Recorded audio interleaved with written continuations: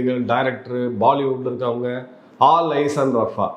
மூன்றாவது நாட்டில் நடக்கக்கூடிய ஒரு போர் குற்றத்துக்கு அங்கே நடக்கக்கூடிய சில சில சிவிலியன் கேஷுவலிட்டிஸுக்கு நீங்கள் வந்து இங்கேருந்து அவ்வளோ ஆதரவு கொடுத்து அவ்வளோ இது பண்ணுறவங்க ஆல் ஐஸ் ஆன் ரியாசின்னு சொல்லி இன்னைக்கு அந்த நம்மளுடைய மக்கள் நம்மள நேற்று வரைக்கும் நம்ம கூட சகஜமாக இருந்துகிட்டு இருந்தவங்க அவங்க இன்னைக்கு இந்த மாதிரி கொடூரமாக கொல்லப்படும் போது ஏன் உங்களுடைய அந்த அந்த ரத்தம் கொதிக்குதுன்னு சில பேர் நிறைய பேர் கமெண்ட்லாம் போடுவீங்க. இப்போ உங்கள் ரத்தம் ஏன் கொதிக்கல அப்படின்ற கேள்வி எழுது.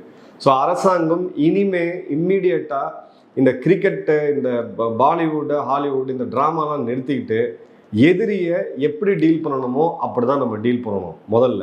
ரெண்டாவது, இதற்கான மொத்த இன்வெஸ்டிகேஷனையும் நடத்தி என்ஐஏ வச்சு நடத்தி இதில் இருக்கக்கூடிய தீவிரவாத இயக்கத்துக்கும் பாகிஸ்தானுக்கும் என்ன லிங்க் இருக்குன்றத மொத்த உலகத்துக்கே வந்து போட்டு காமிச்சு எப்படி ஹமாஸை வந்து தோல் உரிச்சு இஸ்ரேல் காமிச்சாங்களோ அதே மாதிரியான ஒரு செயலை வந்து இந்தியா செஞ்சு